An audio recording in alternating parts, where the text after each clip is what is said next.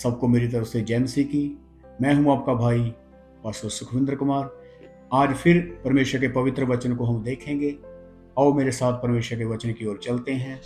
आप मेरे साथ पढ़ें भजन संहिता उसका 31 अध्याय उसका 1 वचन। यहाँ पे इस प्रकार से लिखा है, मेरे प्रियो, हे यहोवा, मेरा भरोसा तुझ पर है, मुझे कभी लज्जित होना ना पड़े। तू अपने धर्मी होने के कारण मुझे छुड़ा ले। हालेलुया। लिखा है, तू अपने धर्मी होने के कारण मुझे छुड़ा ले। मेरे प्रियो, यहाँ पे मैं आपको एक घटना बतानी चाहता हूँ। एक बहुत ही अच्छा धर्मी व्यक्ति, लगातार प्रार्थना करने वाला, लगातार परमेश्वर के वचन को पढ़ने वाला, संगति करने वाला, और वो व्यक्ति अचानक एक बहुत बड़े कर्जे में डूब गया। मेरे प्रियो, और काम की बात करें तो वो व्यक्ति काम के सिलसिले से एक फौजी था, और उसके देश में एक बार बहुत बड़ा युद्ध होना शुरू हो गया, और राजा ने आदेश दिया कि रात को कोई लाइट नहीं जगेगी, और उसने पूरी कंट्री में, पूरे देश में जो लाइट है पूरी बंद करवा दी। तो राजा छुपके से बाहर निकला युद्ध का वेरवा लेने के लिए कि युद्ध कैसे हो रहा है, कौन क्या कर रहा है। मेरे प्रियो, एक तंबू में लाइट जग रही थी, तो राजा उस तंबू की तरफ बढ़ा, तो उसने क्या देखा कि एक सैनिक एक अपनी चेयर पर सो रहा है और लाइट जग रही है।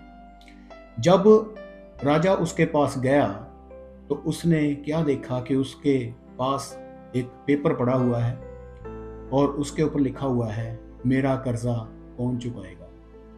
और वो सुसाइड नोटिस था कि मैं आज अपनी जान दे रहा हूँ। और खुदा की तरफ से न जाने कैसे लेटर लिखने के बाद उसको नींद आ गई और वो चेयर पर ही सो गया। उसको पता ही नहीं चला कि मैंने तो मरना था, लेकिन वो सो गया। राजा ने उसका लेटर जब पढ़ा तो राजा ने नीचे साइन कर दिए और कहा, तेरा कर्जा मैं भरूंगा।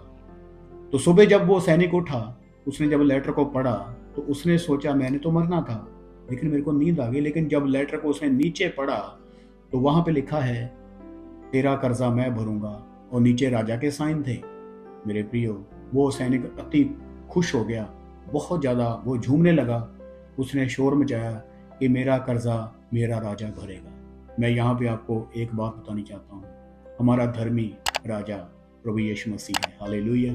दुनिया का राजा भले हमें देखे ना देखे, संसार के राजा का ध्यान भले हम पर जाए ना जाए, कोई बड़ा आदमी चाहे हमें देखे या ना देखे, चाहे संसार हमें इग्नोर करे, यहाँ पे मैं आपको बताना चाहता हूँ, एक जीवित परमेश्वर जो कभी हमें इग्नोर नहीं करेगा।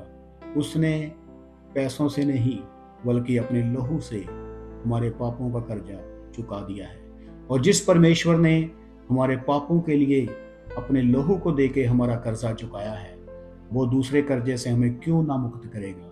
तो मेरी आप सबसे ये प्रार्थना है, विनती है मसीह में, आप कभी निराश ना हो अपने कर्जे को लेकर, चाहे वो किसी तरह का कर्जा हो।